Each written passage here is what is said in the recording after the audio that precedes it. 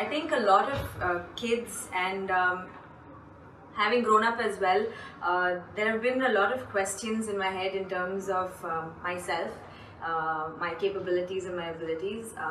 Something called self-doubt is definitely something that has been an issue that I have probably faced and overcome. But I would also like to know what your view on this is. How does one overcome self-doubt, especially as a youngster? Namaskaram, Regina. I'm glad you're growing up, huh? I know everybody is telling you, believe in yourself, believe in yourself. I would say, please doubt yourself. Whatever is going right or wrong in your life, first thing is to see, maybe it's me who caused this. Look at it carefully, if it's not you, then we look at others. The so-called confident idiots are stepping on everybody's everything and walking. Self-belief or any kind of belief will bring you confidence without clarity. The level of damage that's happened to this planet and to life around us, everything is because confidence without clarity. If you had little doubt about what you're doing, you would think 10 times before you do something, isn't it? And that would be a sensible world. I want everybody to have some self-doubt.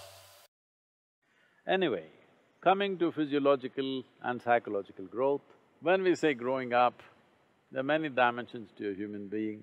There's physiological growth, there's psychological growth, there is emotional and other dimensions of growth in a human being. Most of the time, we measure growth physiologically and the next possibility is psychologically. See, body is a very tangible element. So it grows at a certain pace. In some people's mildly faster or slower, but it grows at a certain pace. But the psychological dimension of who you are is not such a tangible process, it's an intangible process, more flexible, more mobile or nebulous.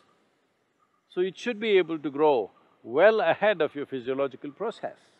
If growth pangs, if people are having, it is mainly because their psychological growth is not one step at least ahead of their physiological growth. So, though the same things have happened to trillions of people on this planet forever, still it looks like it's happening for the first time in the universe and they're surprised and they're shocked and many things. This is just because their psychological growth is behind their physiological growth. This is very important. In a society, we create a situation where every child is psychologically at least one step ahead of their physiological growth.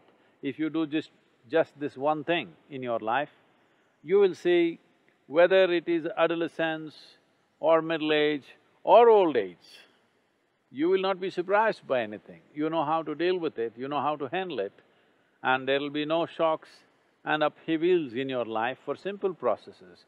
Right now, people are living in such a way that toddlers are having diaper problems, teenagers are having hormonal issues, middle-aged people are having middle-age crisis.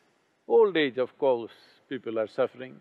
Tell me one dimension of life people are not seeing as a problem. Life is not a problem, life is a certain process. The question is only, have you prepared yourself for the process or not?